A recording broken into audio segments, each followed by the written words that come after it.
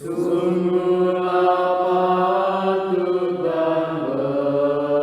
nama Bapa dan Putra dan Roh Kudus, amin. Shalom Aleichem bersama Mesia. Selamat bertemu kembali saudara dengan saya Arif Bandrit Romo Daniel Biantoro, Ketua Umum dan Pendiri dari Gereja Ortodoks Indonesia. Kita akan melanjutkan acara kita pada saat ini, tetapi sebelumnya saudara yang belum, saya mohon untuk subscribe, untuk klik itu like-nya, klik itu juga tanda lonceng notifikasi, serta share kepada teman-teman saudara, supaya mereka juga mendapatkan pengetahuan seperti saudara yang dapat di sini. Kalau saudara merasa terbeban ingin membantu pelayanan ini, saudara bisa mengirimkan persembahan kepada akun bank yang ada di bawah ini. Nah, juga kalau saudara ingin belajar lebih lanjut dan ingin menjadi bagian anggota dari Gereja Ortodoks Indonesia, saudara juga bisa menelpon Romo Yakobus yang nomornya di sini, ya, supaya minta digabungkan di grup WA Katekisasi Nasional. Tapi saya ingatkan, yang boleh masuk ke dalam grup WA Katekisasi Nasional adalah mereka yang betul-betul ingin belajar dan ingin menjadi anggota Gereja Ortodoks Indonesia. Kalau tidak, saudara tidak akan dimasukkan di sana. Karena ini memang pelayanan gereja untuk melayani orang-orang yang memang ingin menjadi ortodoks. Oke? Dan kalau saudara ingin belajar lebih lanjut secara akademis, kami punya program Sekolah Tinggi Teologi Ortodoks Online. Untuk itu, saudara bisa menghubungi Bapak Artemius Thomas Matulesi yang alamatnya di sini juga. Sedangkan kalau saudara ingin membeli buku-buku yang kami tulis dan yang kami terbitkan seperti ini, seperti buku-buku yang lain, ya, saudara bisa menelpon, mengkontak Ibu Theodora yang nomornya ada di sini juga, ya. Ini seperti buku-buku ini, ya. Ada yang terjemahan, ya, ada yang terjemahan, ada yang tulisan saya sendiri, dan ada macam-macam. Saudara bisa telepon Ibu Theodora untuk menanyakan buku-buku apa saja yang tersedia yang saudara ingin membeli. Tanyakan pada Ibu Theodora. Nah, kalau saudara ingin berkunjung ke tempat kami, ingin ibadah, saudara nanti di akhir dari tiap video kami itu ada daftar nama parokia kami atau nama komunitas ortodoks yang ada di beberapa tempat. Mungkin itu dekat dengan saudara. Nah, jikalau ada di dalam kolom komentar itu ada orang yang memberikan alamat kepada saudara tetapi tidak ada di dalam daftar alamat itu, saudara abaikan saja, itu bukan orang kami dan kami tidak ada. Kalau tidak ada, ya memang kami itu bukan alamat kami. Jadi saudara tidak usah pedulikan, itu orang yang hanya ingin mencari kesempatan. Oke?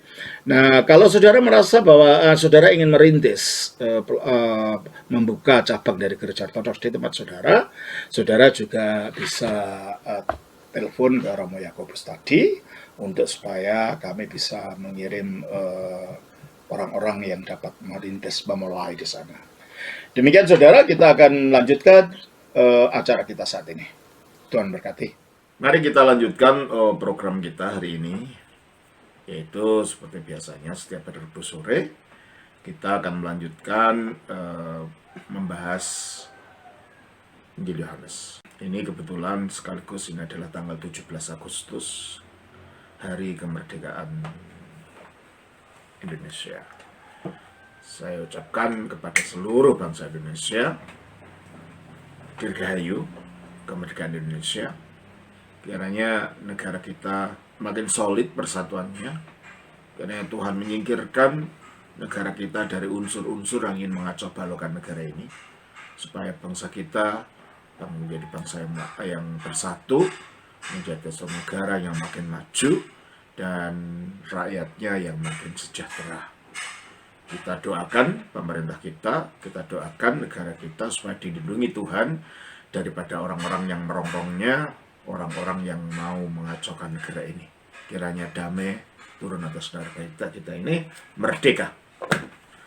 Baik, saudara, ini adalah kita mau sampai ke, yaitu dari Injil Yohanes pasal 5 ayat 1 sampai dengan ayat yang ke-9.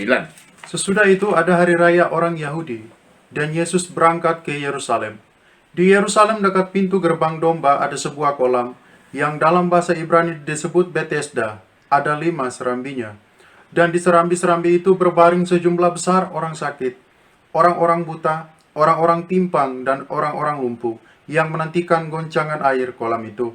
Sebab sewaktu-waktu turun malaikat Tuhan ke kolam itu, dan menggoncangkan air itu, barang siapa yang terdahulu masuk ke dalamnya, sesudah goncangan air itu, menjadi sembuh, apapun juga penyakitnya. Di situ ada seorang yang sudah 38 tahun lamanya sakit. Ketika Yesus melihat orang itu berbaring di situ dan karena ia tahu bahwa ia telah lama dalam keadaan itu, berkatalah ia kepadanya, "Maukah engkau sembuh?" Jawab orang sakit itu kepadanya, "Tuhan, tidak ada orang yang menurunkan aku ke dalam kolam itu apabila airnya mulai goncang. Dan sementara aku menuju ke kolam itu, orang lain sudah turun mendahului aku." Kata Yesus kepadanya, "Bangunlah, angkatlah tilammu dan berjalanlah." Dan pada saat itu juga sembuhlah orang itu, lalu ia mengangkat tilamnya dan berjalan. Tetapi hari itu hari Sabat. Sesudah itu ada hari raya orang Yahudi. Mukjizat ini dalam Injil Yohanes ini adalah tanda yang ketiga dari Yesus. Tanda yang pertama kita lihat di dalam Yohanes pasal yang kedua ayat yang ke-11, yaitu dia mengubah air jadi anggur. Tolong bacakan. Dia mengubah air jadi anggur. Hal itu dibuat Yesus di Kana yang di Galilea sebagai yang pertama dari tanda-tandanya. Tidak, pertama dari tandanya. Mukjizat bagi Yesus bukan hanya sekedar pameran kekuatan, pameran kekuasaan, pameran kuasa, bukan. Ini adalah tanda. Tanda yang mengandung penyataan ilahi tentang siapa Yesus.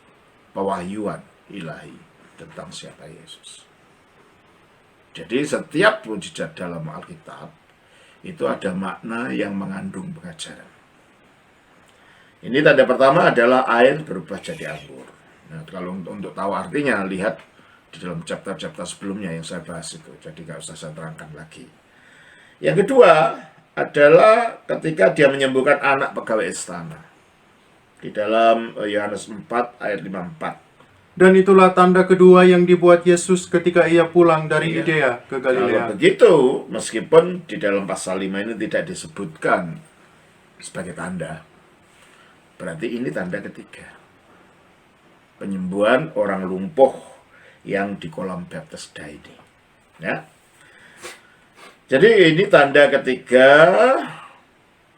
yang juga mengandung ajaran mengenai apa artinya ini, ya. Mari kita baca pasal 5 ayat yang ke-1 dari Injil Yohanes. Kita baca dalam bahasa aslinya demikian. Metatafta, sesudah halal ini, in adalah eorti, pesta atau perayaan ton Yudeon, perayaan orang-orang Yahudi. Di dalam Injil Yohanes sering karya-karya Yesus itu dikaitkan dengan perayaan.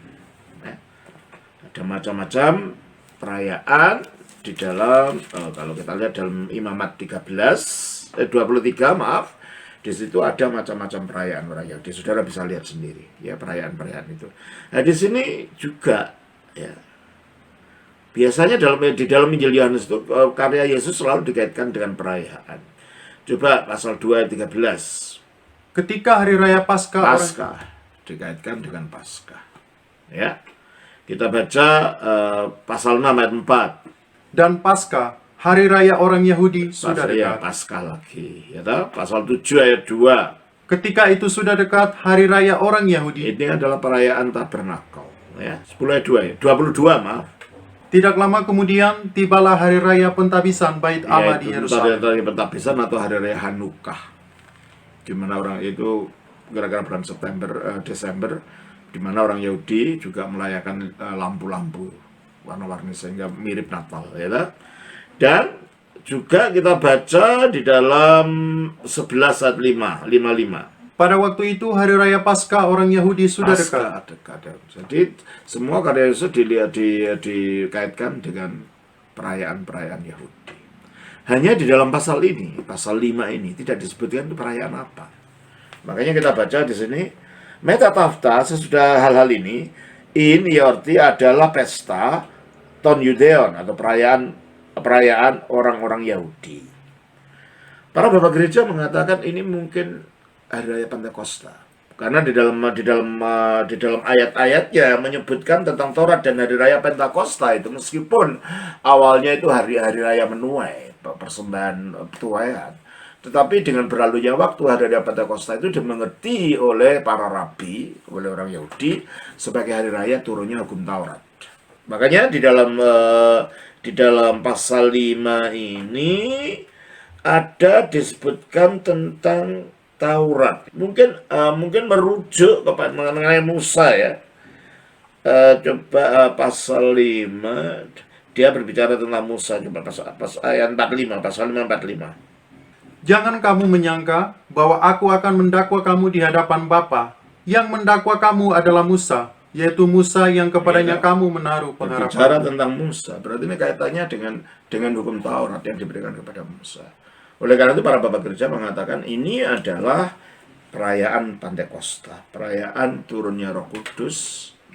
Kalau penggenapannya di dalam iman Kristen, karena kita tidak lagi hidup di bawah hukum Taurat, tetapi di bawah kasih karunia. Makanya perayaan hari raya Pentakosta itu ya adalah perayaan turunnya Roh Kudus itu, bukan turun Roh Kudus, turunnya Taurat itu digantikan digenapi pada hari Pentakosta di dalam Kisah Rasul 2 dengan turunnya Roh Kudus. Mengapa?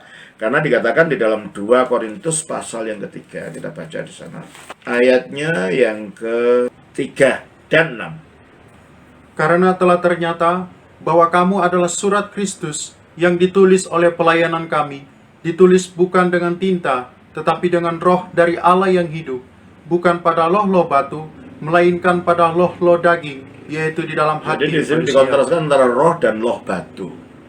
Loh batu itu adalah di mana hukum Taurat, hukum 10 terutama dasar titah dituliskan kepada Nabi Musa.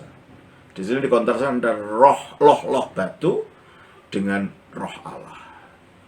Jadi kita melihat bahwa akhirnya hukum Taurat itu digenapi di dalam Roh Kudus.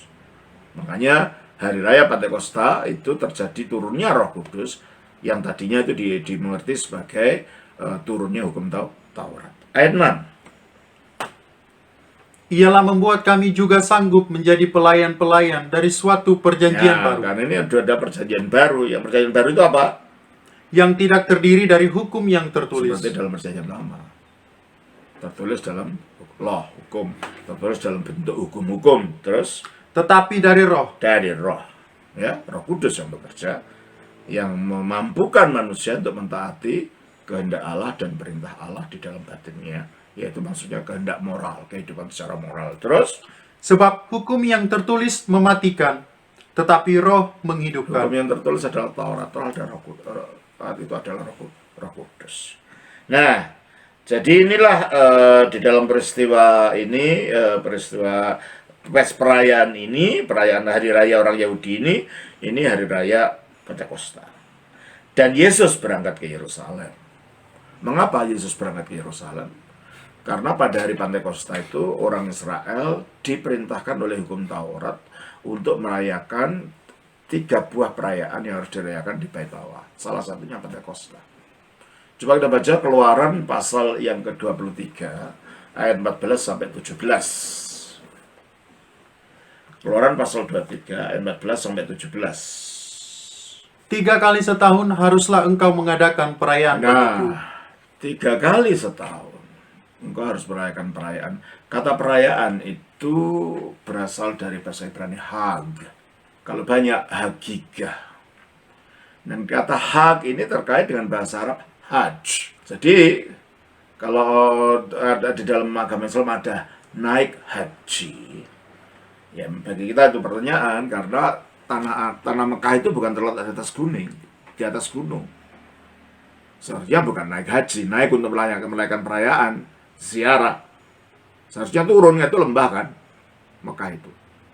Kalau orang Israel ya memang naik untuk hak itu naik apa ke Gunung Sion di atas bukit memang itu naik hak ya. Tapi itulah kenyataannya. Jadi 3 kali setahun ya. Apa itu coba? 3 kali dalam setahun apa itu? 3 kali setahun haruslah engkau mengadakan perayaan bagiku. Hari raya roti tidak beragi Hari haruslah... raya tidak beragi, yaitu sehari sesudah Paskah. Karena Paskah itu bukan perayaan yang dirayakan di Bait Allah. Paskah itu dirayakan dalam keluarga. Sesudah itu mereka merayakan hari raya roti tidak beragi. Terus? Hari raya roti tidak beragi haruslah kau pelihara. 7 hari lamanya engkau harus makan roti yang tidak beragi. Nah, itu untuk selama seminggu mereka makan roti tidak beragi. Terus? Dan Seperti- itu dalam Injil dimengerti perayaan makan roti tidak beragi itu artinya kita tidak lagi hidup di dalam kehidupan yang lama gitu, maksudnya gitu. Sedangkan hari raya Paskahnya itu adalah memperingati Yesus disalibkan sebagai anak domba Paskah bagi kita. Coba kita baca di dalam 1 Korintus 5 ayat 7. Buanglah ragi yang lama itu. Nah, ini berbicara tentang ragi, yaitu roti tidak beragi tadi. Terus? Supaya kamu menjadi adonan yang baru. Terus? Sebab kamu memang tidak beragi. Tidak beragi. Terus? Sebab anak domba Paskah kita juga Nah. telah disembelih, Yaitu? yaitu Kristus. Jadi Paskahnya orang Kristen itu bukan lagi Paskah keluar dari tanah Mesir.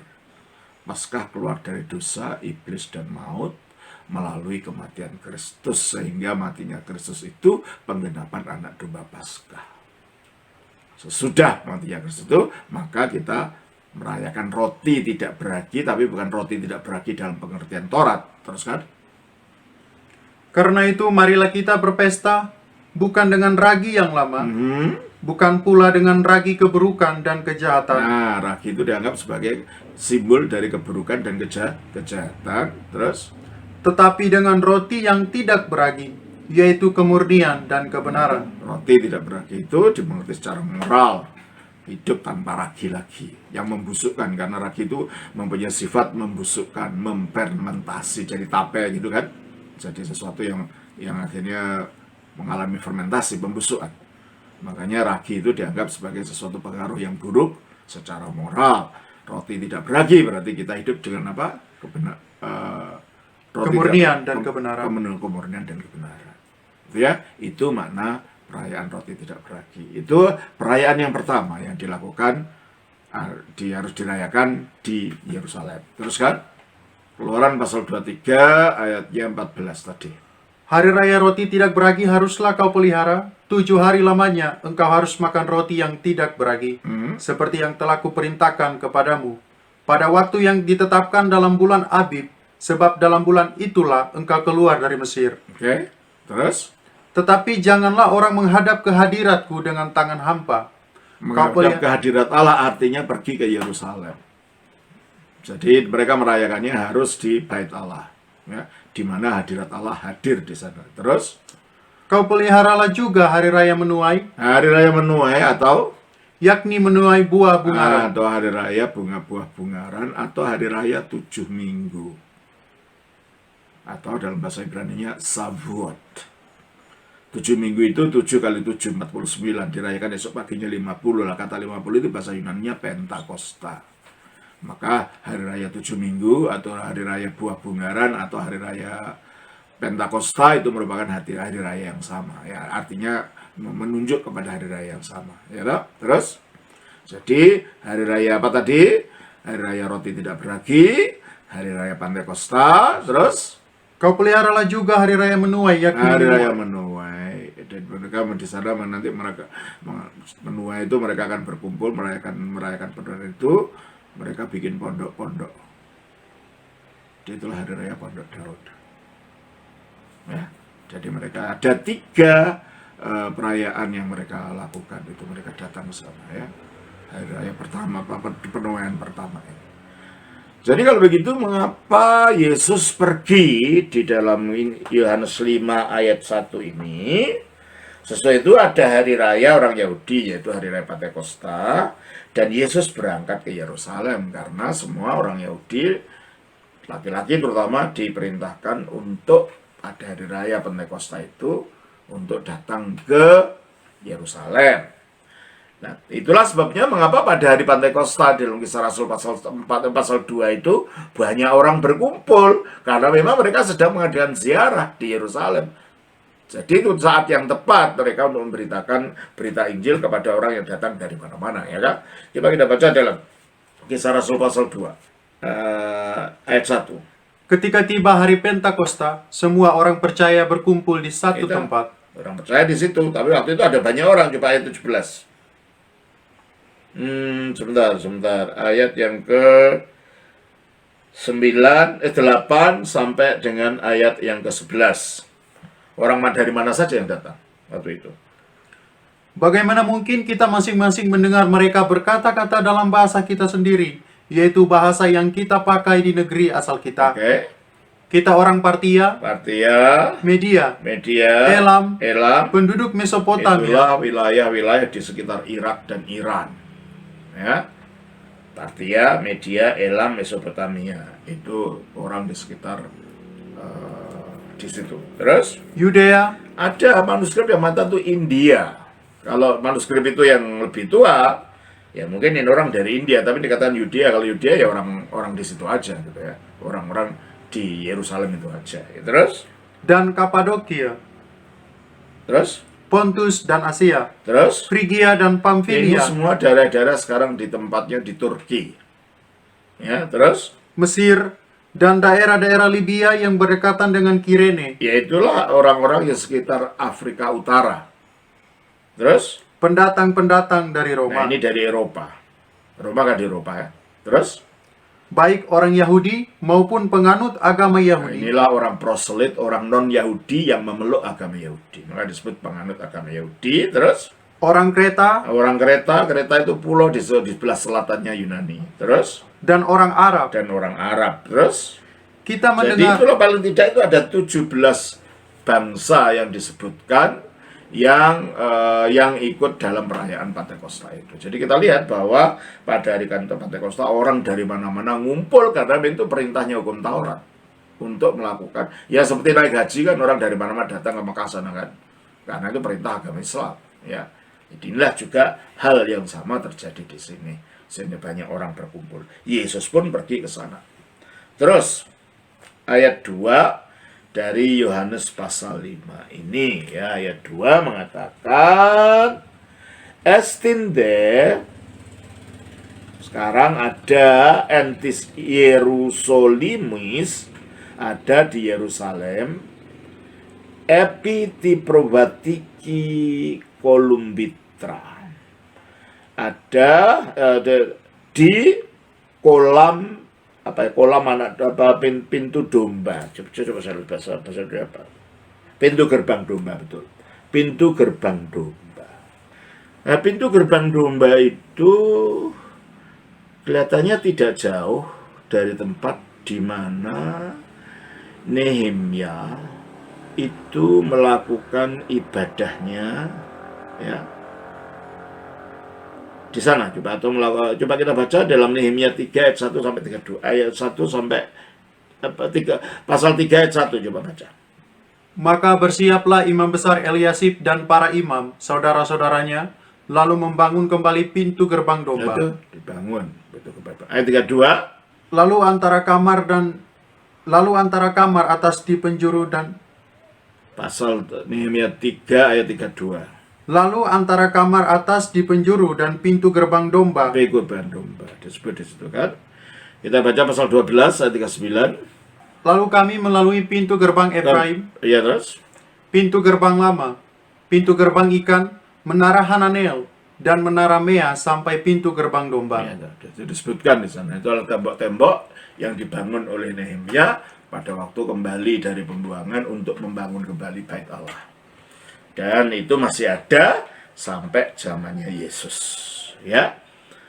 Terus dikatakan di sana adalah suatu kolam, ya. Dan ada kata estin. Di situ ada estin dalam bentuk present. Kelihatannya Yohanes menulis kitab ini ketika Yerusalem belum dihancurkan. Jadi kolam ini masih ada. There is, bukan there was. Jadi ini ditulis pada waktu ke Yerusalem belum dihancurkan. Jenderal Titus pada tahun 70 Masehi. Ketika bait Allah dihancurkan, sesuai dengan nubuat Yesus bahwa bait Allah memang akan dihancurkan. Coba kita baca dalam Matius 24 ayat 1 dan 2. Sesudah Yesus keluar dari bait Allah, lalu pergi, maka datanglah murid-muridnya dan menunjuk kepada bangunan-bangunan bait Allah.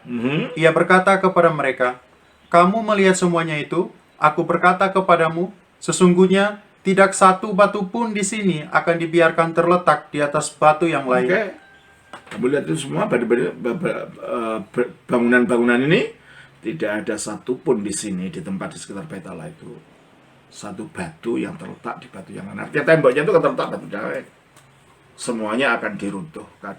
Jadi itu nubuat akan kehancuran bait Allah. Itu diucapkan Yesus tahun 33. Penghancuran bait Allah terjadi pada tahun 70. Berarti berapa tahun? 27 tahun kemudian itu digenapi. Dihancurkannya bait Allah. Nah, karena di dalam Injil Yohanes pasal 5 ayat yang kedua ini dikatakan dalam bahasa Yunani estin, there is. Masih ada waktu itu. Ada.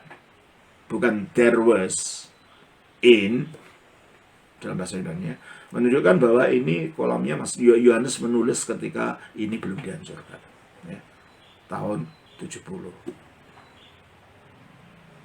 Itu beberapa usulan tentang makna dari kata ini, ya. Nah, dan kenapa ini? Dan ini letaknya pintu gerbang domba itu adalah satu pintu kecil sebenarnya, ya, di bagian tembok utara dari kota itu. Disebut pintu gerbang domba karena dari situ domba-domba akan dimasukkan, nanti dicuci di kolam ini untuk dipersembahkan. Jadi kolam ini tempat penyucian domba-domba, domba ini akan dipersembahkan. Oleh karena itu, ini akhirnya disimbolkan sebagai kolam baptisan oleh para bapak gereja di zaman purba. Sehingga dengan demikian kita baca selanjutnya, epilegumeni yang disebut Evraisti dalam bahasa Ibrani Vetsatha atau Vetsaida. Bet itu rumah, Saida itu pencurahan, rumah pencurahan. Nah, kalau kita ambil simbolismenya, kalau betul itu adalah tempat penyucian domba dan itu airnya air pencurahan. Mungkin simbolisnya dapat bisa kita mengerti bahwa itu kolam baptisan yang menyatukan orang dengan korban Kristus. Sehingga mereka tercurahkan Roh Kudus ke atasnya. Kenapa? Karena baptisan memang mencurahkan seseorang, menyatukan orang dengan korban Kristus di atas salib. Coba kita baca di dalam Roma pasal 6 ayat 3-4. Atau tidak tahukah kamu bahwa kita semua yang telah dibaptis dalam Kristus telah dibaptis dalam kematiannya? Ya, kematiannya, mati masuk ke dalam kematiannya. Terus? Dengan demikian kita telah dikuburkan bersama-sama dengan Dia oleh baptisan dalam kematian. Menyatu dengan kematiannya. Terus? Supaya sama seperti Kristus telah dibangkitkan dari antara orang mati oleh kemuliaan Bapa, demikian juga kita akan hidup dalam hidup yang baru. Dalam bahasa aslinya, demikianlah kita akan berjalan dalam kebaharuan hidup. Artinya kita menyatu dengan kebaharuan hidup, yaitu hidup kebangkitan tadi. Berarti baptisan itu menyatukan kita dengan korban Kristus di atas salib, penguburannya, dan kebangkitannya sekaligus. Makanya kalau ini dipakai dengan simbolisme itu, baptisan itu memang menyatukan orang dengan korban domba itu, dan untuk mendapatkan pencurahan, mendapatkan Roh Kudus, menerima Roh Kudus melalui penyatuan kita dalam baptisan dengan kematian, penyaliban, kematian, penguburan, dan kebangkitan Kristus itu, sebagaimana dikatakan di dalam Kisah Rasul pasal 2 ayat 38. Jawab Petrus kepada mereka, "Bertobatlah dan hendaklah kamu masing-masing memberi dirimu dibaptis dalam nama Yesus Kristus." Sebenarnya bukan dalam nama, ya, di atas nama, epitoonomati. Kalau di Injil Matius pasal 28 memang dalam nama. Coba kita dalam Matius pasal 28 ayat 8, ayat yang ke-19. Karena itu pergilah, jadikanlah semua bangsa muridku, dan baptislah mereka dalam nama Nah, kalau itu Bapa. memang betul.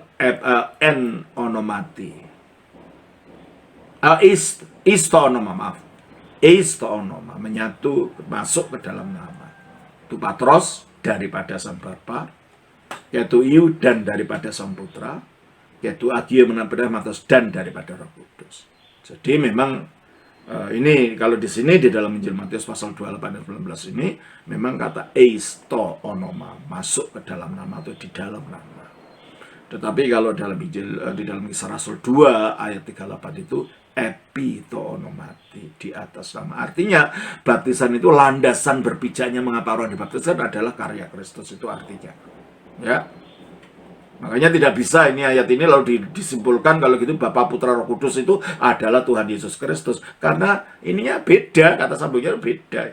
Yang satu masuk ke dalam, yang satu di atas nama. Jadi ini bukan formula baptisan kalau begitu. Itu menjelaskan mana baptisan itu apa. Itu bukan formulanya. Ya.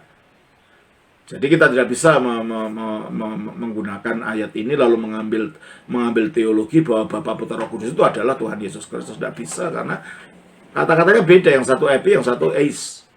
Ya. Terus di situ akhirnya kembali kepada Kisah Rasul 2:38 tadi. Jawab Petrus kepada mereka, bertobatlah dan hendaklah kamu masing-masing memberi dirimu dibaptis dalam nama Yesus Kristus untuk pengampunan dosamu. Oke. Maka kamu akan menerima Maka karunia Roh kamu Kudus. akan menerima Roh Kudus, dicurai Roh Kudus pada dirinya. Oleh karena itu baptisan itu menyatukan kita dengan korban Kristus, dengan domba yang dikaitkan air ini dengan penyucian domba, dan nama kolam itu Bethesda artinya rumah pencurahan. Dan kita dicurai Roh Kudus. Kalau kita ambil simbolismenya seperti itu. Ya. Itulah artinya.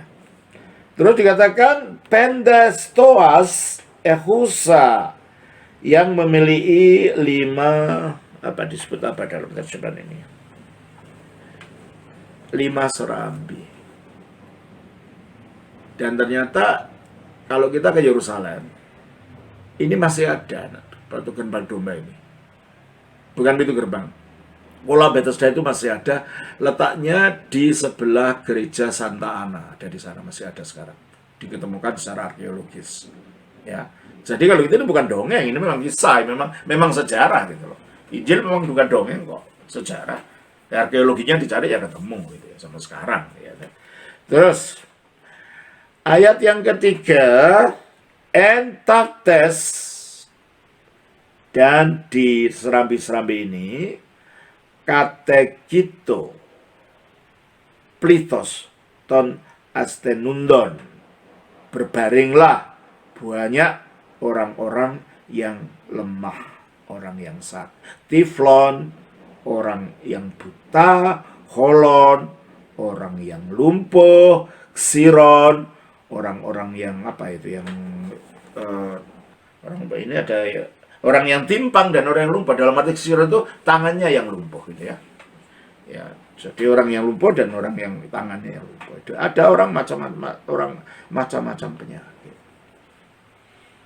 Nah, kalau kita kaitkan dengan baptisan, tadi simbolnya,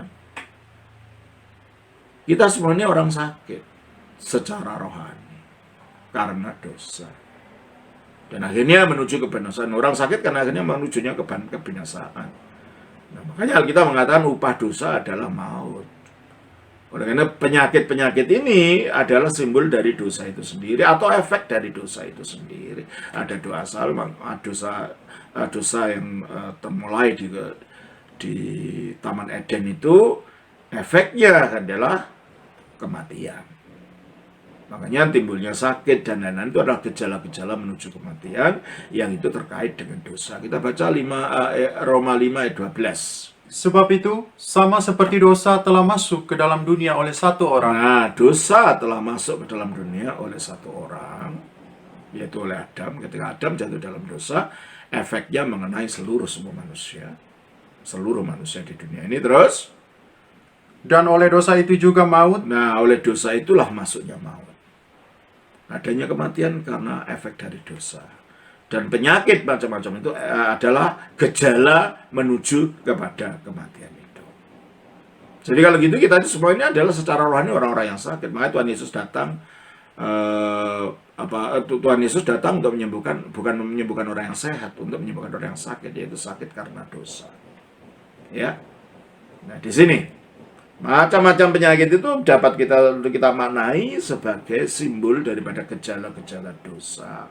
Yang orang ingin mendapatkan kesembuhan dari gejala dosa ini.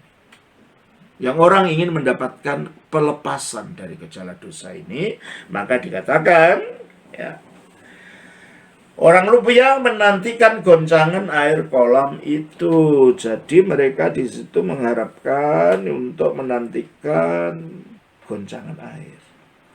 Karena di situ dia dianggap nanti ada malaikat yang turun, ya. Ayat 4, ya. Sebab sewaktu-waktu turun malaikat Tuhan ke kolam itu dan menggoncangkan air itu. Mereka mengharapkan mujizat. Mungkin mereka sudah tidak ada harapan untuk disembuhkan.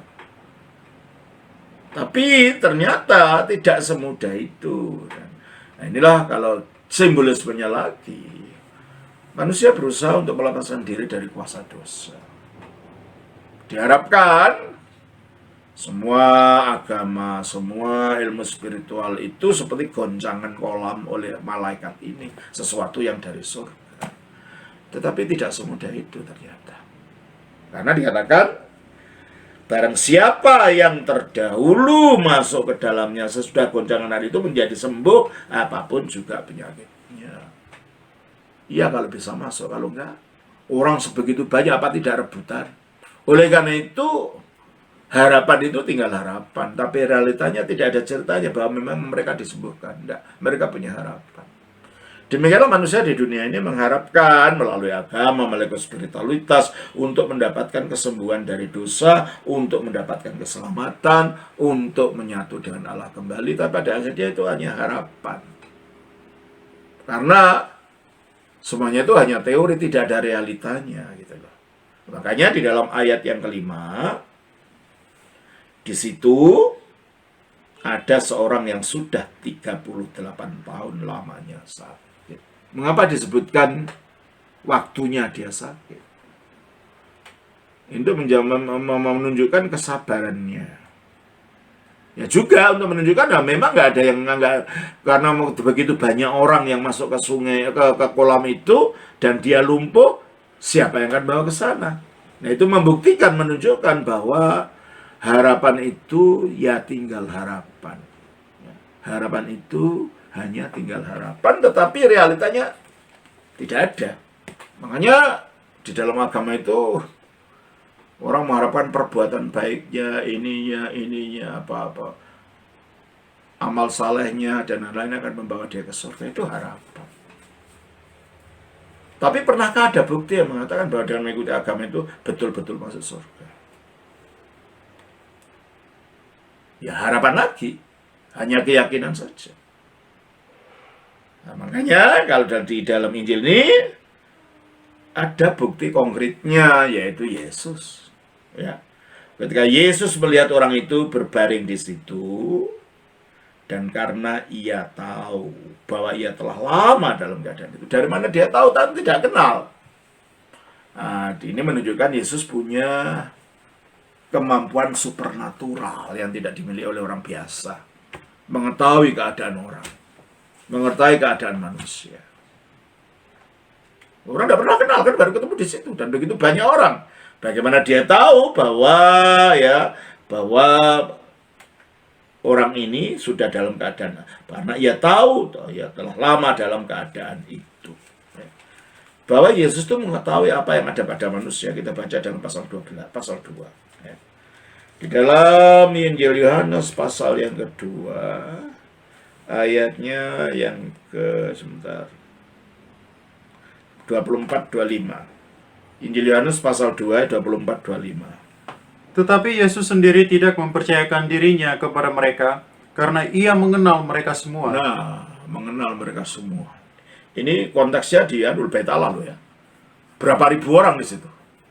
Dan dia dikatakan mereka mengenal semua. Kalau tidak punya pengetahuan supernatural, tidak mungkin.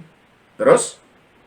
Dan karena tidak perlu seorang pun memberi kesaksian kepadanya tentang manusia, sebab ia tahu apa yang ada di dalam hati manusia. Ia tahu apa yang ada di dalam hati manusia. Yesus mempunyai kemahatauan. Ini menunjukkan keilahiannya. Nah, dengan demikian, begitu juga di sini. Dia tahu keadaan daripada orang yang lumpuh ini. Dikatakan ayat 6 itu, ketika Yesus melihat orang itu berbaring di situ, dan karena ia tahu bahwa ia telah lama dalam keadaan itu, padahal dia baru kenal, dan begitu banyak orang yang sedang ada di situ berkerumun untuk disembuhkan. Tapi Yesus tahu, di situ menunjukkan kekuatan supernatural Yesus, kemahatauannya terhadap segala sesuatu. Nah, kalau mungkin dikatakan, kok katanya dia nggak tahu hari kiamat itu kapan datang. Yesus dengan menyebutkan, ini kan dalam Markus pasal 13 ayat 32, coba kita baca. Markus 13 ayat 32. Tetapi tentang hari atau saat itu, tidak seorang pun yang tahu. Malaikat-malaikat di surga tidak, dan anak pun tidak, hanya Bapa saja. Okay. Mengapa dia mengatakan itu? Ini kan kontradiksi. Enggak. Kalau kita lihat dari seluruh pasal 13 itu, Yesus mengatakan bagaimana kiamat itu akan terjadi, begini, akan tanda-tanda. Berarti dia kan tahu ada kiamat. Jadi dia punya tahu masa depan, punya pengetahuan tentang masa depan. Tetapi ketika dia mengatakan di anak tidak, waktunya sebenarnya dia itu sedang memberikan pelajaran kepada manusia. Kalau diberitahu waktunya, ya keenaan manusia, udah aku berdosa saja, nanti waktu kiamat datang, aku bertobat, lah keenaan. Tujuannya dia mengatakan ini untuk pelajaran selanjutnya. Di dalam ayat berikutnya apa bunyinya? Dari Markus 13 ini. Ayat 33. Hati-hatilah dan berjaga-jagalah. Nah, ini tujuannya. Dengan tidak diberitahu, supaya manusia itu berhati-hati dan berjaga-jaga. Terus? Sebab kamu tidak tahu bila manakah waktu. Nah, kamu tidak tahu, aku juga tidak memberitahu, supaya kamu hati-hati dan berjaga-jaga. Terus? Dan halnya sama seperti seorang yang bepergian, yang meninggalkan rumahnya, dan menyerahkan tanggung jawab kepada hamba-hambanya, masing-masing dengan tugasnya, dan memerintahkan penunggu pintu supaya berjaga-jaga. Karena itu berjaga-jagalah, sebab kamu tidak tahu bila manakah Tuhan rumah Nah, itu pulang. tujuannya, itu dia mengatakan anak tidak tahu, itu tujuannya untuk membuat kita berjaga-jaga, karena kita tidak tahu hari kiamat itu kapan, Kristus datang lagi itu kapan. Tapi ini bukan berarti Yesus tidak tahu, dia tahu, hanya tidak diberitahukan. Tujuannya untuk mengajar ini, mengajar supaya orang berjaga-jaga. Oleh karena itu, pernyataan Injil Yohanes itu tidak bertentangan dengan apa yang dalam Injil Markus tadi. Injil Markus ditulis untuk tujuan tertentu. Nah, Injil Yohanes ini ya tujuannya untuk mengajar tadi supaya orang berjaga-jaga tadi, ya tak? Nah, di dalam Injil Yohanes ini ditegaskan bahwa Yesus mempunyai pengetahuan supernatural. Karena ia tahu bahwa ia telah lama keadaan itu. Berkatalah ia kepadanya, ayat yang ke-8, ayat yang ke-6. Maukah engkau sembuh? Ya tentunya dia mau, tapi kenapa dia menanyakan itu? Dia berkata, maukah engkau sembuh? Ada beberapa hal, ya.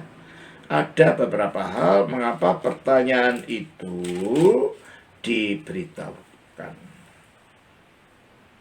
6 dan 7 coba kita baca. Jawab orang sakit itu kepadanya, Tuhan, ya seharusnya Tuhan ya. Kyrios itu bisa berarti Tuhan, bisa berarti Tuhan. Orang ini kan nggak tahu Yesus itu Tuhan. Taunya ya dia manusia biasa gitu kan. Maka seharusnya terjemahannya ini bukan Tuhan. Bagaimana dia tahu dia Tuhan? Terjemahannya harus Tuhan gitu, Pak gitu ya. Pak, Tuhan. Apalagi Yesus dinyatakan sebagai Tuhan, sebagai yang punya kuasa di atas langit dan bumi, itu sesudah kenaikannya kan. Dia dinyatakan sebagai yang punya segala kuasa. Itu coba kita baca di dalam sesudah kebangkitannya dan sudah kenaikannya ke surga, duduk di sebelah kanan Allah ya kan. Coba kita baca di dalam Matius pasal yang ke-28 ayat 18. Yesus mendekati mereka dan berkata, "Kepadaku telah diberikan segala kuasa di sorga." Nah, kepadaku, ini dia berbicara setelah bangkit loh ya, menyatakan diri pada murid-muridnya.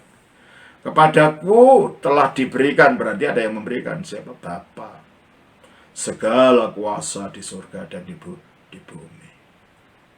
Berarti dia memberi jabatan sebagai sang maha penguasa ini, karena kuasanya itu segala, bukan hanya sekedar kuasa, tapi segala kuasa. Artinya kuasa dari Bapa itu diserah kuasakan untuk dijalankan oleh Yesus sebagai Mesias, sebagai yang mewakili kehadiran Allah di dunia, sebagai yang menyatakan Bapa ke dunia ini.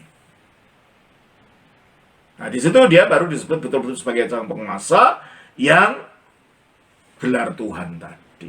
Makanya kita baca juga dalam Kisah Rasul pasal 2, ayatnya 32 sampai 36. Yesus inilah yang dibangkitkan Allah. Nah, Yesus ini dibangkitkan Allah. Terus, Dan tentang hal itu kami semua adalah saksi. nah, para rasul inilah saksi peristiwa ini. Jadi, kebangkitan ini bukan sesuatu dongeng, disaksikan oleh orang, disaksikan oleh para rasul sendiri, gitu kan. Terus, Dan sesudah ia ditinggikan oleh tangan kanan Allah nah, maksudnya dia naik ke surga, duduk di sebelah kanan Allah, dan menerima Roh Kudus yang dijanjikan, menerima Roh Kudus. maka dicurahkannya apa yang kami lihat. Dari Kristus ini Roh Kudus dicurahkan kepada kita, sehingga Roh Kudus yang berasal dari Allah itu disebut Roh Allah, yang Allah itu Bapa, Roh Kudus disebut Roh Bapa, disebut juga Roh Kristus, Roh Yesus, atau Roh Anak Allah, karena sampainya kepada kita melalui Yesus yang adalah Kristus, yang adalah anak Allah. Maka Roh Kudus sekaligus disebut sebagai Roh Yesus, Roh Kristus, Roh Anak Allah, karena sampainya kepada kita dari Allah melalui Kristus. Itu ya. Nah, terus apa yang dikatakan? Sebab bukan Daud yang naik ke surga. Nah, sekarang Yesus ada di sebelah kanan Allah di surga. Dalam perjanjian lama itu ada nubuat tentang ada orang, nubuatnya Daud dalam kitab Mazmur. Ada orang yang nanti duduk di sebelah kanannya Allah. Coba kita baca di dalam Mazmur 110 ayat yang ke-1. Demikianlah firman Tuhan kepada Tuhan. Nah, Neum Yahweh le Adonai. Berkatalah Yahweh kepada Adonai, arti pada Tuhanku. Apa? Duduklah di sebelah kanan. Nah, berarti yang duduk di sebelah kanan Allah itu Tuhanku yang disebut oleh Yahweh tadi. Dan bukan Daud sendiri, yang itu tidak menunjuk Daud sendiri. Karena Daud pun telah mati dan tidak duduk di sebelah kanan Allah. Makanya ayat 34 dari Kisah Rasul 2 itu mengatakan, Kisah Rasul 2 ayat 34, Sebab bukan Daud yang naik ke surga. bukan Daud yang naik ke surga, karena dia mati ya. Terus, Malahan Daud sendiri berkata, nah Daud sendiri berkata, apa katanya? Tuhan telah berfirman kepada Tuanku, duduklah di sebelah kananku. Nah, itulah yang dikutip dari Mazmur 110 ayat 1 tadi. Jadi kalau kita yang duduk di sebelah kananku itu disebut sebagai Tuhanku, Adonai. Tuhanku maksudnya. Sang penguasa tadi. Terus, Duduklah di sebelah kananku, sampai kubuat musuh-musuhmu menjadi tumpuan kakimu. terus. Jadi seluruh kaum Israel harus tahu dengan pasti. Nah, karena yang di sebelah kanan Allah itu disebut Tuhan, dan yang di sebelah kanan itu adalah Yesus, maka kesimpulannya 2:36 itu, bahwa Allah telah membuat Yesus yang kamu salibkan itu menjadi Tuhan dan itu. Kristus.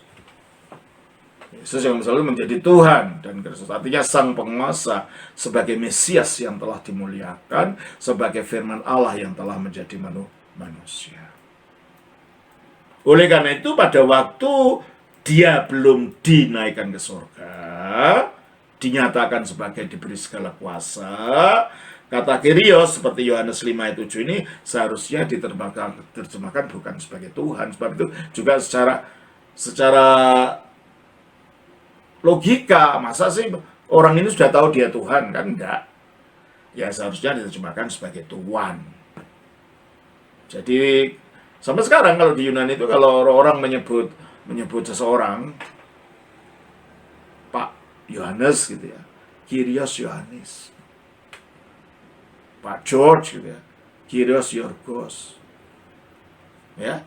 Jadi Kyrios itu bisa berarti Tuhan. Ya. Ya, ini seharusnya diterjemahkan sebagai Tuhan, ya. Tuhan, tidak ada orang yang menurunkan aku ke dalam kolam itu apabila airnya mulai goncang. Dan setelah aku menuju ke kolam itu, orang lain sudah turun mendahului aku. Jadi pertanyaan dari Kristus kepada orang ini dan jawabannya mempunyai beberapa relevansi bagi kita juga, sama gitu. Jadi itu membuat sesuatu menjadi nyata di depan umum bahwa orang yang sakit itu tetap memelihara imannya. Bahkan di dalam situasi yang kelihatannya tidak ada harapan.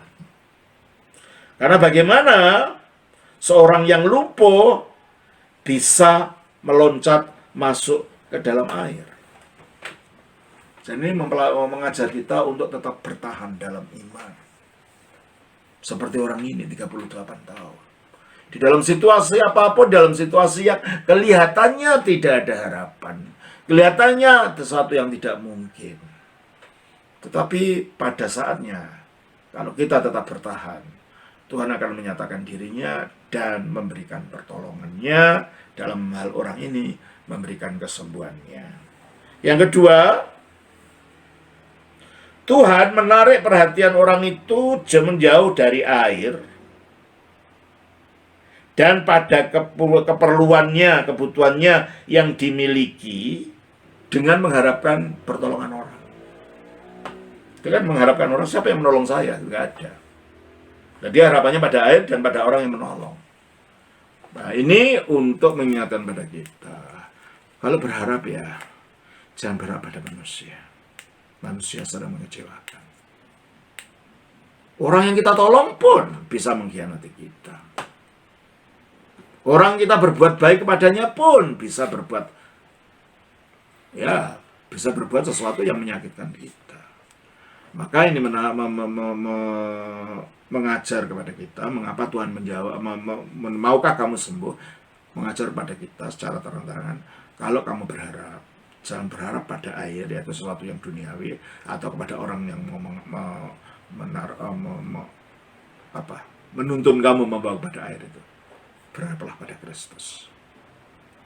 Jadi Tuhan ingin mengajar kepada kita, harapan itu harus pada Kristus, pada Allah selama-lamanya. Dan saya mengatakan ini bukan karena ini teori Alkitab, tetapi saya mengalami banyak hal gitu loh. Kalau saya mengharap orang, ya banyak saya dikecewakan. Tetapi karena saya mengharap pada Tuhan, banyak hal-hal yang saya tidak harapkan, banyak hal-hal yang tidak saya kira, tidak pernah saya duga sebelumnya terjadi. Maka ini mengajar kepada kita supaya kita tidak mengharap pada, dalam kasus orang lumpuh tadi, pada air, sesuatu dunia, atau pada manusia yang akan menolong. Berharaplah pada Kristus. Ya, itu yang kedua. Ya, dan semua itu pertanyaan akan digenapi di dalam Kristus sendiri. Ya, permohonan orang ini, harapan orang ini yang menjadi manusia untuk menyembuhkan kita semua. Makanya baptisan itu ini dapat disimbolkan pada baptisan karena di situ kita dijatuhkan dari Kristus, disembuhkan dari dosa kita. 3. Untuk menunjukkan bahwa tidak semua orang yang sakit sebenarnya ingin sembuh. Banyak orang, sayangnya, memilih untuk tetap dalam keadaan sakit, dalam keadaan lemah, supaya ada alasan dia untuk mengeluh, untuk menyalahkan orang lain, untuk menghindari tanggung jawab atas hidup mereka. Atau untuk supaya orang punya rasa belas kasihan pada dia. Ini mengajar kepada kita. Jangan seperti itu. Maka Kristus mengatakan, kamu mau sembuh. Nah, kalau orang itu orang yang seperti ingin supaya dikasih, enggaklah, biar aja aku sakit supaya biar orang datang untuk memberi sedekah pada saya. Biar orang datang mengasihi saya. Nah, kalau gitu, ini sikap orang yang memang tidak punya sikap dalam hidup. Kita jangan begitu. Jangan hidup itu ingin dikasih orang. Kalau kita malah mengasihi kok. Jangan hidup itu ingin dalam kelemahan. Wah, saya tidak bisa ini, ya, tidak bisa. Ya, harus berubah. Jangan hidup seperti itu tidak bagus. Nah, inilah pertanyaan Yesus ini memberikan kepada kita relevansi untuk kehidupan kita ini. Terus ayat 8. Kata Yesus kepadanya, bangunlah, angkatlah tilammu, dan berjalanlah. Ya. Legi afto Yesus, dan Yesus berkata kepadanya, Egire, bangunlah. Aaron ton kravaton, bawalah, ambillah, angkatlah itu tikarmu, trobaton su keperipati. Yesus tidak ingin kita berkanjang dalam kelemahan kita. Yesus ingin kamu sembuh dan berjalan dan angkat tikar itu. Untuk menunjukkan kesembuhan yang dilakukan Yesus itu kesembuhan yang sempurna. Keselamatan yang diberikan oleh Yesus itu keselamatan yang sempurna. Dia tidak ingin kita berbaring dalam kelemahan itu. Dia ingin kita mengubah kehidupan kita mengubah kelemahan kita menjadi satu kekuatan yang baru. Ya. Terakhir, ayat terakhir. Dan pada saat itu juga sembuhlah orang itu, lalu mengangkat tilamnya dan berjalanlah. Ya. Jadi kalau begitu orang ini akhirnya disembuhkan, menunjukkan kesembuhan Kristus itu sempurna, dia berjalan. Kalau saudara ingin mendapatkan kesembuhan kehidupan yang sempurna, lepas dari semua ketiadaan harapan, datanglah pada Yesus. Dia akan mengubah kehidupan kita. Banyak yang menyaksikan, banyak yang mengalami, saya sendiri mengalami. Bagaimana Yesus itu memberikan pertolongan sempurna, keselamatan sempurna, kesembuhan sempurna, yang tidak bisa dilakukan oleh agama. Agama itu hanya memberi perintah, tetapi tidak memberikan kekuatan untuk pengubahan itu. Pengubahan itu harus datang dari atas, perubahan itu datang dari kuasa Allah, kuasa Kristus. Disitulah kuasa Kristus dicurahkan. Ya, pada kita, kalau kita datang pada kolam Bethesda. Bethesda artinya rumah pencurahan. Makanya kalau kita datang dalam pencurahan yang berasal dari Kristus, kita akan mendapatkan pertolongan sempurna. Akan kita lanjutkan Rabu depan. Tuhan berkati. Shalom. Nama Bapa, Putra, Roh Kudus. Amin.